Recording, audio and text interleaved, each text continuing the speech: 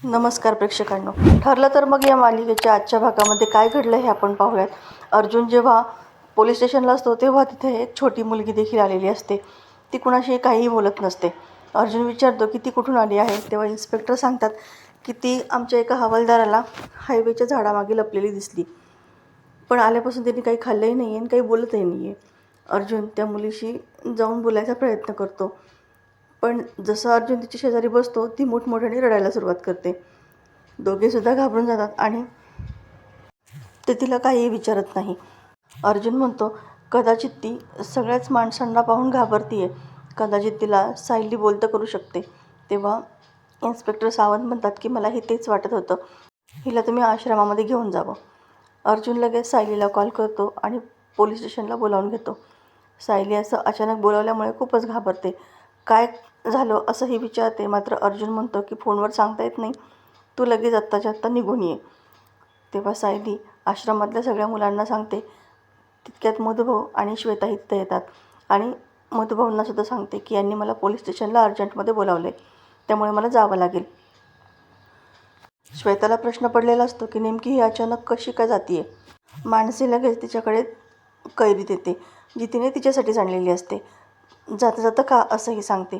तेव्हा सायली सगळ्यांचा निरोप घेते आणि तिथून निघून जाते. आता इकडे अर्जुन त्या हवालदाराला विचारतो की तुम्हाला ती मुलगी कशी सापडली, तिने काही सांगितलं का तिच्या आईवडिलांबद्दल. तेव्हा ते हवालदार सांगतात की नाही, मी हायवेने जात असताना एका झाडामागे ती लपलेली दिसली आणि तिला मी इथं घेऊन आलो, पण तेव्हापासून ती काहीही बोललेली नाही आहे, कुणाचंही नाव सांगितलेलं नाही आहे आणि काही खाल्लंसुद्धा नाही. तितक्यात सायली येते आणि विचारते की काय झालं, तुम्ही मला इतकं अर्जंटमध्ये का बोलावून घेतलं.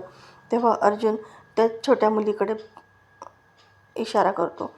सायली तिला पाहून खूप इमोशनल होते आणि म्हणते की किती सुंदर आणि किती गोड आहे ही, कुठे मिळाली तुम्हाला ही. तेव्हा अर्जुन तिला सगळी घडलेली घटना सांगतो. आता सायली तिच्याशी बोलायला जाते, मात्र तिला तिचं बालपण आठवतं, जेव्हा तीसुद्धा अशीच घाबरलेली असते आणि घाबरून काहीही बोलत नसते. आता सायलीला तिला पाहून तिचं बालपण आठवतं आणि ती तिच्याकडे पाहतच राहते. सायली खूप इमोशनल झालेली असते. मग ती पर्समधून माणसाने दिलेल्या कैऱ्या काढते आणि खाऊ लागते. ते पाहून त्या मुलीच्या तोंडालाही पाणी सुटतं आणि तीसुद्धा ती कैरी खाऊ लागते. सायली हळूच तिच्या हातातून कैरी काढून घेते आणि तिला बिस्किटचा पुडा देते. ती भुकेली असते आणि लगेच मटामटा बिस्किट खाऊ लागते. तेव्हा सायली खूपच इमोशनल होते. अर्जुनला म्हणते की आपण हिला आपल्या आश्रमामध्ये घेऊन जाऊयात का. तेव्हा अर्जुन म्हणतो हो, मी त्यासाठीच तर तुला इथं बोलवलं आहे. आता सायली त्या मुलीला जाऊन म्हणते की तू माझ्यासोबत येशील का, तिथे तुझ्यासारखी खूप छोटी छोटी मुलं आहेत, खूप खाऊ आहे, खेळायलाही आहे, मग येशील का तू माझ्यासोबत. ती मुलगी लगेच सायलीवरती विश्वास टाकते आणि हो असं म्हणते. सायली तिला हाताला धरून पोलीस स्टेशनमधून बाहेर निघून येते. इकडे सचिन इन्स्पेक्टर धुमाळांना भेटतो आणि त्यांना पैशाचं पाकिट देतो. तो थँक्यू म्हणतो, पण सचिन म्हणतो तुमच्या थँक्यूचं मला काहीच उपयोग नाही आहे. मला सांगा तुम्ही मी सांगितलेलं काम केलं का. तेव्हा तो इन्स्पेक्टर म्हणतो की हो, आणि तो त्याच्याकडे एक इन्व्हलप देतो, ज्या इन्व्हलपमध्ये खोटी FIR केल्याची नोंद असते. राकेश ते पडताळून पाहतो, त्याला खूप आनंद होतो, कारण अगदी व्यवस्थित सगळ्या गोष्टी त्याने मॅनेज केलेल्या असतात. सचिन त्याला सांगतो की आता मी सांगितल्यानंतर तुम्ही ते FIR सोबत वात्सल्य आश्रमामध्ये जायचं. तुमच्यासोबत या मुलीच्या घरच्यांनाही पाठवतो मी, ते सगळे मी मॅनेज केलेले असतील. आता इकडे सायली त्या छोट्या मुलीला घेऊन आश्रमामध्ये येते. ती इतकी गोड असते की तिला पाहून सगळेजण खूप खुश होतात. मधुभाऊ म्हणतात ही छोटीशी बाहुली कोण आहे. सगळेजण तिला माझ्याकडे ये, माझ्याशी बोल असं म्हणू लागतात. छोट्या मुलांना ती खूपच गोड वाटते, पण ती लगेच सायलीच्या पाठीमागे लागते. सायली तिला समजावून सांगते, हे सगळे तुझेच माणसं आहेत, हे तुझी ताई आणि दादा आहेत. तुला ज्यांच्याशी बोलावंसं वाटेल ना त्यांच्याशी बोल, आणि ज्यांच्याशी नाही बोलायचं त्यांच्याशी नको बोलू. ती सगळ्यांना सांगते की हिच्याशी आत्ताच कोणी काही विचारायला जाऊ नका, आता ती खूप घाबरली आहे ना त्याच्यामुळे. आता सगळेजणं त्या मुलीला सोडून सायलीला एकदम स्पेशल ट्रीटमेंट द्यायला लागतात. कुसुमताई येते आणि म्हणते की सायली मॅडम या ना, तुमच्या खुर्चीवरती बसा, आणि मग ती तिला आश्रमाच्या चेअरवरती बसवते सगळेजण तिला सायली मॅडम असंच बोलत असतात. त्यामुळे ती खूपच गोंधळून जाते आणि विचारते, चैतन्य भाऊजी तुम्हीसुद्धा इथं आलात, म्हणजे काहीतरी नक्कीच प्लॅनिंग आहे. पण चैतन्य मला काहीच माहीत नाही असं दाखवतं. मधुभाऊसुद्धा तिला सायली मॅडमच म्हणतात. तेव्हा सायली म्हणते, मधुभाऊ काय चाललं आहे हे, असं काय बोलताय तुम्ही सगळेजणं. तेव्हा मधुभाऊ तिला समोर घेतात आणि तिला एक गिफ्ट देतात. त्या गिफ्टमध्ये काय आहे असं सायली विचारते. तेव्हा मधुभाऊ म्हणतात, उघडून तर बघ. आणि उघडल्यानंतर चक्क एक सर्टिफिकेट त्याच्यामध्ये असतं, ज्यामध्ये वात्सल्य आश्रमाचं स्टेट लेवलला रजिस्ट्रेशन केल्याचं सर्टिफिकेट असतं ते. आणि त्याच्यामध्ये चेअरपर्सन म्हणून सायलीचं नाव असतं. सायली ते पाहून खूप खुश होते. अर्जुनलाही थँक्यू म्हणते. मधुभाऊंना म्हणते, मधुभाऊ ही खूप मोठी जबाबदारी तुम्ही माझ्यावरती सोपवलेली आहे. मी ज्या आश्रमामध्ये वाढले त्याच आश्रमाला आता सांभाळण्याचं काम माझ्यावरती तुम्ही सोपवले. मधुभाऊ म्हणतात की प्रत्येक बापाचं स्वप्न असतं की त्याचं स्वप्न त्याच्या मुलांनी पूर्ण करावं. आणि मला तुझा खूप अभिमान वाटतो सायली. तू ही जबाबदारी अतिशय व्यवस्थित पार पाडशील.